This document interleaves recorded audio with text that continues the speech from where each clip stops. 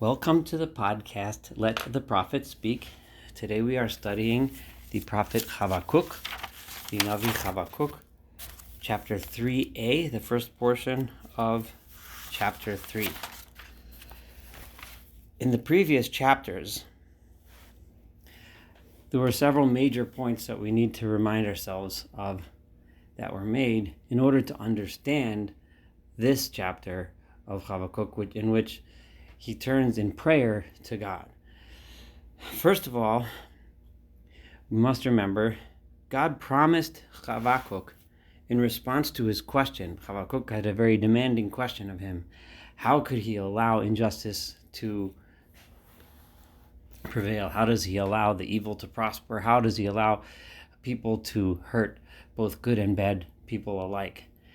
And God answered a few things. The main point is that one day it will all make sense.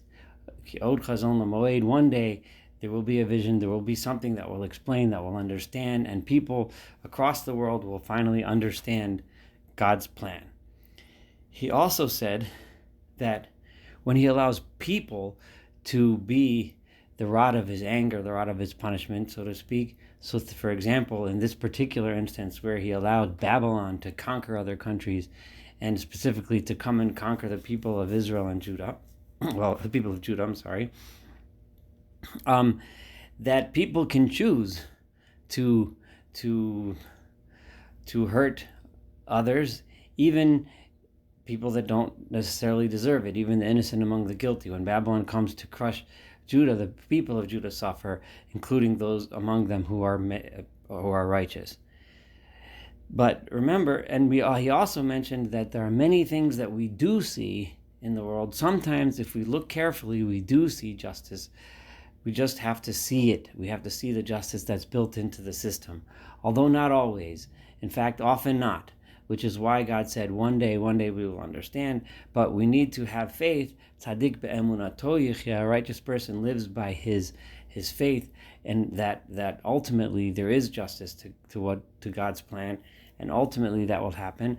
And we must live a moral life, and we must live a godly life, even though we don't see justice all the time. When Habakkuk received this as his answer to his question, he then takes upon himself the most natural reaction for a person to take, and that is prayer. Now that I see that we won't necessarily see justice, we might see the wicked prevail. These are we might see righteous people suffering and bad people seeming to get reward in this world. However, one could still pray. There is still something for us to do, and this is what Habakkuk does. He turns to God in prayer. So let us begin chapter 3. We're going to do the first 7 verses of this chapter in this podcast. Tfilah Habakkuk Hanavi. This is a prayer that was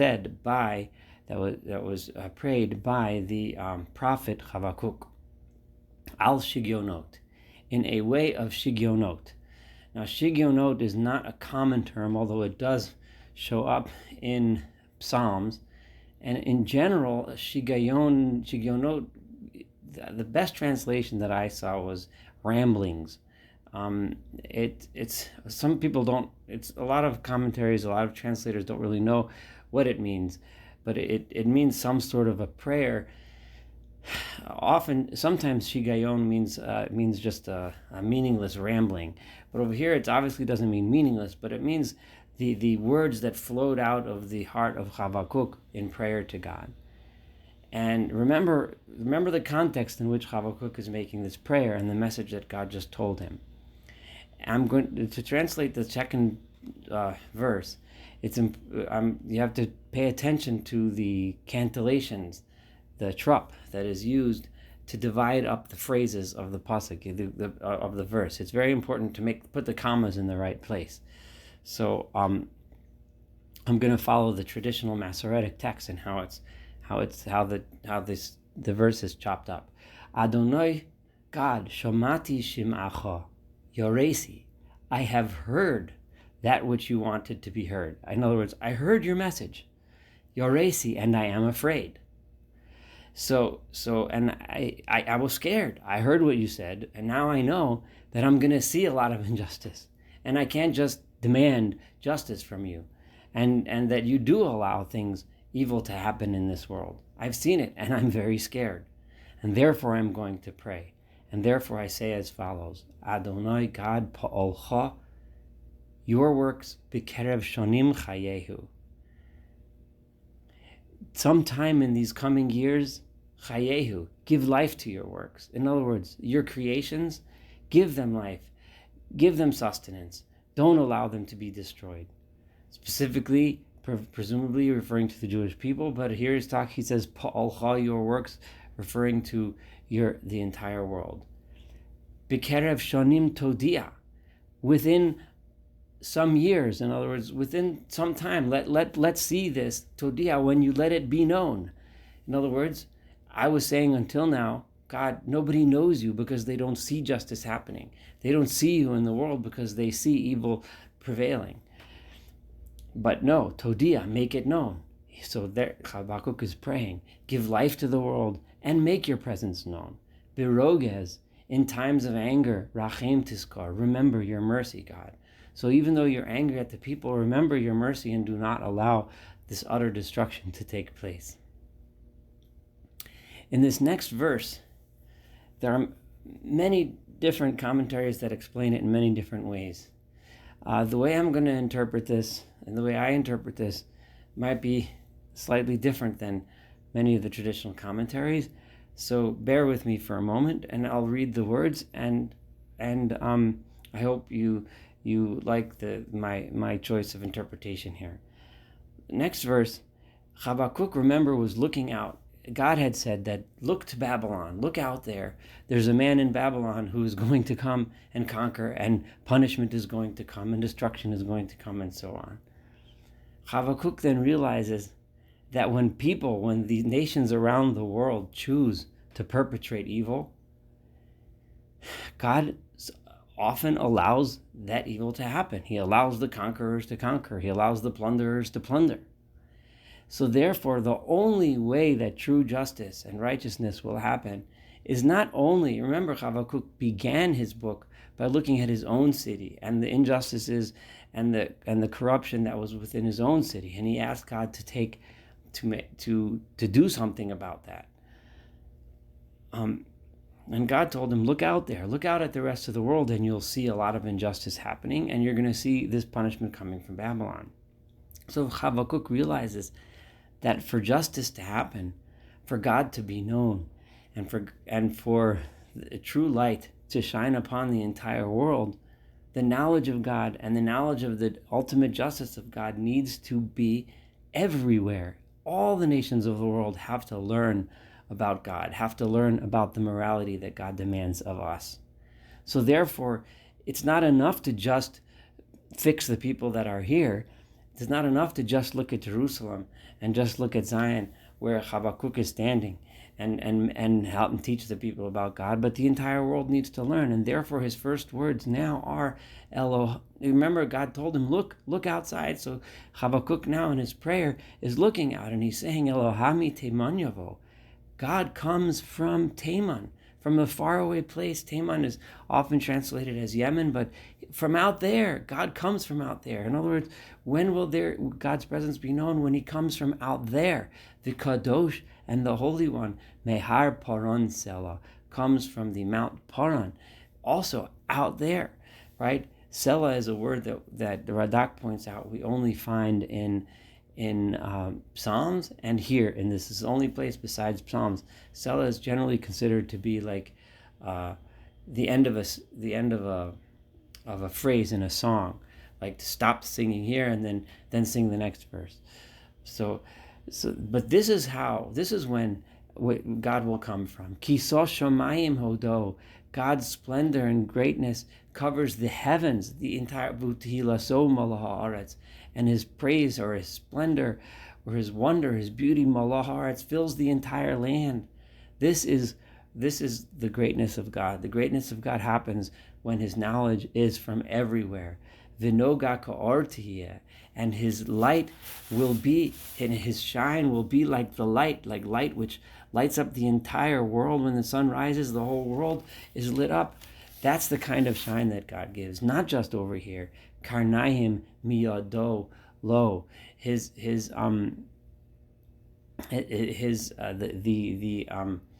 The rays of light from God's hand are His, right? They'll come from here. V'sham chavyon uzo, and that is where His strength is cloaked.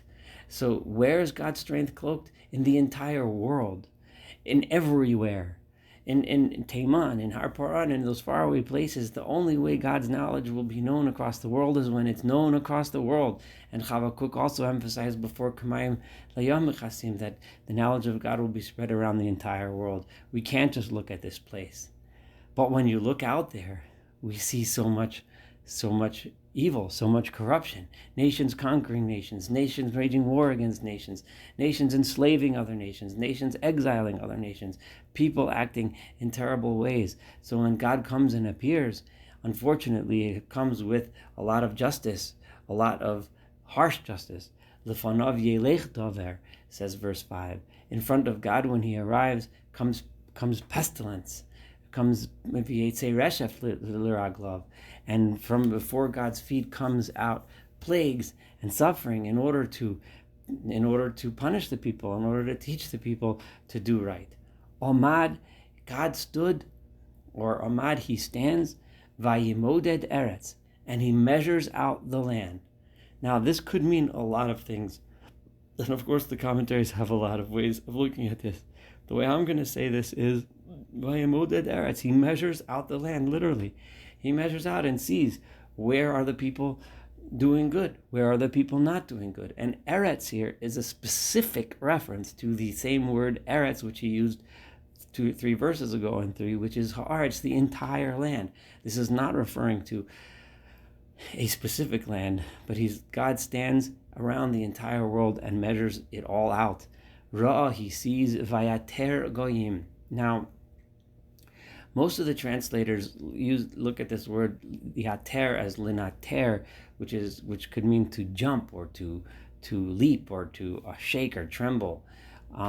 I wonder if this might not mean to jump, but it means vayater, and He unties. Lehatir mean to tie a knot, and to is to tie, but vayater meaning He unties the nations. He allows the nations to have freedom to act as they please. However, He also vayimoded, He also measures, like we just said, vayispotzetzu hararei ad, and the mountains of forever, the mountains of old that were standing from time immemorial, become crushed. Shachu givos olam, the high places of the world become low before God. Halichos olam lo, halichot olam lo. Now, there's several ways to translate that. Halichot could mean God's ways are olam, forever. Olam from the language meaning forever. It could also mean, though, halichot, the way I'm reading this, the better translation, I believe, would be halichot olam lo. The pathways of the entire world are His. That, because God is looking out to the entire world, is vayater goyim. He unties the nations, all of the nations of the world. Vayimoded eretz. He measures out the entire world. Again, the references are to the entire world, again, over and over and over again. So, and immediately Habakkuk continues. So halichot olam lo means the pathways of God are everywhere. The pathways of God can only be recognized when the entire world recognizes Him. Tachat oven, Habakkuk is still looking out there, looking out at all the other nations, standing on the hill of Jerusalem and looking out to everywhere. Tachat oven, underneath, or instead of, or in the place of oven, of iniquity, of sin, or isiale kushan. I see the tents of Cush, the faraway lands in Africa and Ethiopia. Yirgizun yiriot eretz Midian, and the tents of the people that live in the Midianites, the Bedouin tents of those that wander in the desert. That's what I'm seeing out there. They are trembling because they are being subjected to the measurement, the imoded eretz of God. This is when the light of God will cover the entire world when the entire world learns of God's justice and takes it to heart and lives according to the morals that God wants us to live by. I'm going to stop here as it is the end of one segment of the prayer of Habakkuk, and looking forward to studying the rest of this chapter and the rest of the prayer of the prophet Habakkuk together. Thank you.